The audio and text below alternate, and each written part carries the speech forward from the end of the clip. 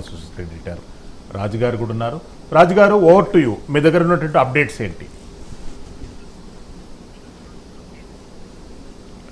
Thank you Srisailam గారు. So చూస్తున్నాం పవన్ కళ్యాణ్ గారి మీద ఏ విధమైనటువంటి కుట్ర జరుగుతుంది అనేది కళ్ళ ముందు కనిపిస్తోంది. ఎందుకంటే ఇటీవల ఒక వ్యక్తి చేసినటువంటి తన వ్యక్తిగతమైనటువంటి ఆరోపణలు కావచ్చు, ఒక అనవసరమైనటువంటి విషయాన్ని పట్టుకొని పవన్ కళ్యాణ్ని తెలంగాణకు సంబంధించినటువంటి వ్యతిరేక వ్యక్తిగా ముద్రించేటువంటి ప్రయత్నం చేస్తున్నారు. ఇవన్నీ కూడా వదిలేసి ఇప్పుడు ఏకంగా తెలంగాణకు సంబంధించినటువంటి ఆస్తులను, తెలంగాణ ప్రభుత్వ భూములను ఆయన కబ్జా చేస్తున్నాడని చెప్పేసి కొంతమంది మేధావులు బయటకు వచ్చి కొన్ని అనవసరమైనటువంటి డాక్యుమెంట్లు చూపించి జనాల్లో ఇది నిజమేనేమో అనేటువంటి ఒక ముద్రేసేటువంటి ప్రయత్నం చేస్తున్నారు. సో ప్రస్తుతానికి మనం చూస్తున్నాం, ఆల్రెడీ ప్రైమ్ మినిస్టర్ స్క్రీన్ మీద కనిపిస్తూ ఉన్నటువంటి పరిస్థితి. ఎక్కడైతే ఇప్పుడు చెబుతూ ఉన్నటువంటి ఈ కోడి చెరువు ఉందో, కోడి చెరువు జన్వాడ అనేటటువంటి విలేజ్లో ఉంది. సర్వే నెంబర్ 706 అనేది పవన్ కళ్యాణ్ గారి పేరు మీద ఉన్నటువంటి 10 ఎకరాల భూమి. సో ఈ 10 ఎకరాల భూమి ప్రస్తుతానికి 4 సర్వే నెంబర్లు, అంటే 706 సర్వే నెంబర్లోనే మ్యూటేషన్ చేసి సబ్ డివిజన్లు చేశారు. సో 4 సర్వే నెంబర్ల కింద ఉన్నటువంటి భూమి అది. సో అది వచ్చేసి సిక్కం పట్టా భూమి. సో ఈ సిక్కం పట్టా భూమిని పట్టుకొని పవన్ కళ్యాణ్ గారు అక్కడ ఉన్నటువంటి ఈ కోడి చెరువుని కబ్జా చేసేసారని చెప్పేసి, ఎఫ్టీఎల్ పరిధిలో ఉన్నటువంటి భూములను ఆయన స్వాధీనం చేసుకున్నాడని చెప్పేసి రకరకాలైనటువంటి ఒక అసత్యపు అనవసరపు కథనాలను వండి అక్కడ ఉన్నటువంటి తెలంగాణ ప్రజల్లో పవన్ కళ్యాణ్ గారి మీద ఒక విషయాన్ని నాటేటటువంటి ప్రయత్నం చేస్తున్నారు. వాస్తవంగా అది ఎఫ్టీఎల్ పరిధిలో ఉన్నటువంటి భూమి, అది కోడి చెరువు ఎఫ్టీఎల్ పరిధిలోనే ఉంది. అయితే వీళ్ళు ఈ మేధావులు ఏం చేశారంటే ఎఫ్టీఎల్ అనే ఒక పదాన్ని తీసుకున్నారు, కోడి చెరువు అనే పదాన్ని తీసుకున్నారు, 706 సర్వే నెంబర్ తీసుకున్నారు, అది పవన్ కళ్యాణ్ గారి పేరు మీద ఉన్నటువంటి భూమిగా తీసుకొని దీని అంతటినీ కూడా ఒక స్కెచ్ చేసి ఒక రకమైనటువంటి ఒక స్టోరీని వండినటువంటి పరిస్థితి.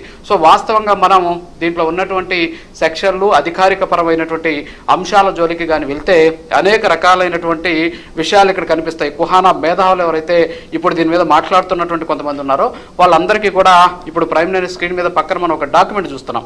ఈ డాక్యుమెంట్ వచ్చేసి ఏదైతే ప్రస్తుతం దీనికి సంబంధించి సెక్షన్ 6 అంటాం అనమాట. ఇది వచ్చేసి మనకున్నటువంటి ఏదైతే తెలంగాణ ల్యాండ్ రెవెన్యూ చట్టం 1317 ఫసలి, దీంట్లో చాప్టర్ 6 అని ఒకటి ఉంటుంది.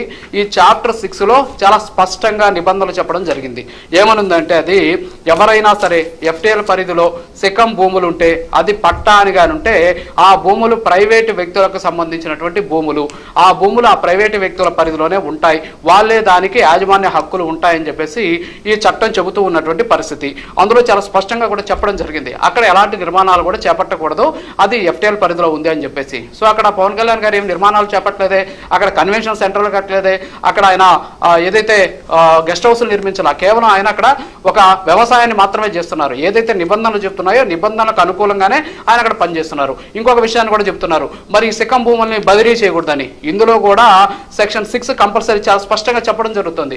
భూములను బదిలీ చేయవచ్చు, ఒక వ్యక్తి నుంచి ఇంకో వ్యక్తికి అమ్మవచ్చు, కొనుగోలు చేయవచ్చు అనేటటువంటి విషయాన్ని కూడా చాలా స్పష్టంగా చెబుతోంది.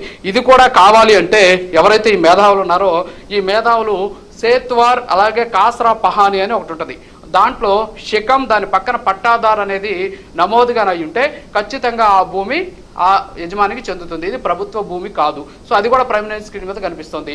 ఆ సర్వే నెంబర్ ఉంది, ఆ సర్వే నెంబర్ పక్కన ఎంత ఎక్స్టెంట్ ఉంది, అది పట్టాదారకారం ఉంది. సో అది పట్టాదార్ సిక్కం భూమి. సో సిక్కం భూమి పట్టాదారుగా ఉంటే అది ప్రైవేటు భూమి కిందకి వస్తుంది, కానీ అది ప్రభుత్వ భూమి కాదు, చెరువు భూమి కూడా కాదు. అయితే అక్కడ నిర్మాణాలు చేపకూడదు. సో ఇక్కడ నిర్మాణాలు చేపట్టలేనటువంటి పరిస్థితి. ఇంకా కూడా క్లారిటీ కావాలి అంటే హైకోర్టు ఒక తీర్పు ఇచ్చింది ఒక కేసులో. అది వచ్చేసి Thandu Chandraiah versus state of Telangana అనేసి ఒక హైకోర్టు కేసు ఉంది. దాన్ని రెఫరెన్స్గా కానీ మనం కానీ తీసుకుంటే అప్పుడు తండు చంద్రయ్య అనేటటువంటి ఒక వ్యక్తి శిఖం పట్టా భూమి ఆయనకుంటే ఆయన భూముల్ని ప్రభుత్వం అక్విజేషన్ చేసింది. సో అక్విజేషన్ చేసేటువంటి సందర్భంలో అది ప్రైవేటు భూమి అయితే అక్విజేషన్ చేయాలి, ప్రభుత్వ భూమి అయితే అలినేషన్ చేయాలి. సో అక్కడ అలినేషన్ చేశారు. అలినేషన్ చేసిన సందర్భంలో ఆయన కోర్టుకి వెళ్ళారు. కోర్టుకి వెళ్తే కోర్టు చివాట్లు పెట్టింది అక్కడ ఉన్నటువంటి అధికారులకి. ఏం చెప్పిందంటే ఏదైతే ఎఫ్టీఎల్ పరిధిలో ఉన్నటువంటి శిఖం పట్టా భూములను ప్రైవేటు ఆస్తిగా మాత్రమే గుర్తించాలి, వాటిని ప్రభుత్వంగానే తీసుకోవాలనుకుంటే ఖచ్చితంగా భూసేకరణ చట్టం ద్వారా నష్టపరిహారం చెల్లించాలి, అవి ప్రైవేటు భూములే, దానికి యజమాని ఆ పట్టాదారే అని చెప్పేసి తండు చంద్రయ్య వర్సెస్ స్టేట్ ఆఫ్ తెలంగాణకు సంబంధించినటువంటి కేసులో కూడా చాలా స్పష్టంగా చెప్పడం జరిగింది. మరి ఇన్ని రెఫరెన్స్లు ఉన్నాయి. ఆయన భూమిని కొనుగోలు చేశాడు, ఎప్పుడు కొనుగోలు చేశాడు ఆయన ఆ భూమిని, దానికి సంబంధించినటువంటి సాక్ష్యాలను కూడా ప్రైమ్ న్యూస్ మనం సేకరించడం జరిగింది. దీన్ని ఎప్పుడు ఆయన సేకరించాడు అంటే మనం దానికి సంబంధించినటువంటి ఏదైతే రిజిస్ట్రేషన్ కాపీని కానీ మనం కానీ చూస్తే దానిలో చాలా స్పష్టంగా చెప్పడం జరిగింది. అందులో చూస్తే ఆ భూమికి సంబంధించి ఏదైతే తెలంగాణకు సంబంధించి రిజిస్ట్రేషన్ యాక్ట్ చూస్తే ఈ జనవాళ్ళకు సంబంధించినటువంటి భూమిని ఆయన 2014లో కొనుగోలు చేశాడు. 2014, 15, 12, 2014లో ఈ భూమిని ఆయన కొనుగోలు చేసినటువంటి పరిస్థితి. దగ్గర ఇది 2,70,00,000 రూపాయలకి ఆయన కొనుగోలు చేసినటువంటి పరిస్థితి ఉంది. మరి ఇది కొనుగోలు చేశారు ఎక్కడ చట్టం ప్రకారం ఆయన కొనుగోలు చేసినటువంటి సిచ్యువేషన్. మరి ఈ స్థాయిలో ఉన్నప్పటికీ కూడా ఎందుకని వీళ్ళు కావాలని విషయం చెబుతున్నారు అనే దానికి ఖచ్చితంగా సమాధానం ఇది కుట్రపూరితంగా జరుగుతున్నటువంటిది.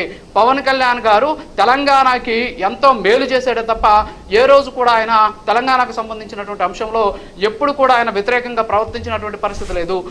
మనం చూసాం మొగిలయ్య ఈరోజు పద్మశ్రీ అవార్డు వచ్చిందంటే ఎవరో వచ్చింది, పవన్ కళ్యాణ్ గారు తన సినిమాలో అవకాశం ఇచ్చి ఆయనకున్నటువంటి కళను బయట పెట్టడం ద్వారా వచ్చింది.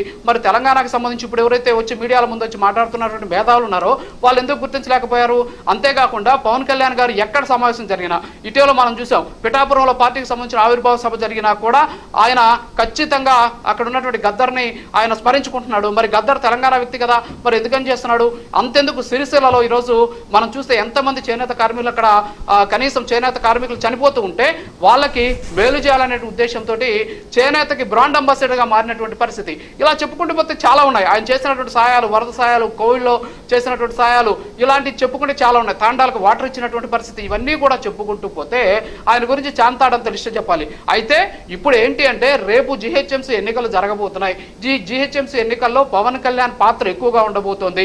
సో ఆయన ఇక్కడ కానీ వస్తే మన పప్పులు ఉడకవు అనేటువంటి ఉద్దేశంతో కొన్ని పార్టీలు ఆయన మీద ఒక రకమైనటువంటి ముద్ర వేసేటువంటి ప్రయత్నం చేస్తుంది. అక్కడ ఉన్నటువంటి ప్రజల్లో ఒక విషయాన్ని నింపేటువంటి ప్రయత్నం చేస్తుంది అనేది ఈ అల్లుతున్నటువంటి స్టోరీల ద్వారా మనకు స్పష్టంగా తెలుస్తుంది. థ్యాంక్ యూ రాజు, మరిన్ని అప్డేట్స్ మిమ్మల్ని సంప్రదిస్తాం. చాలా కులంకుశంగా పవన్ కళ్యాణ్ గారి చుట్టూ కొనసాగుతున్నటువంటి రాజకీయ కుట్రల గురించి రాజుగారు స్పష్టంగా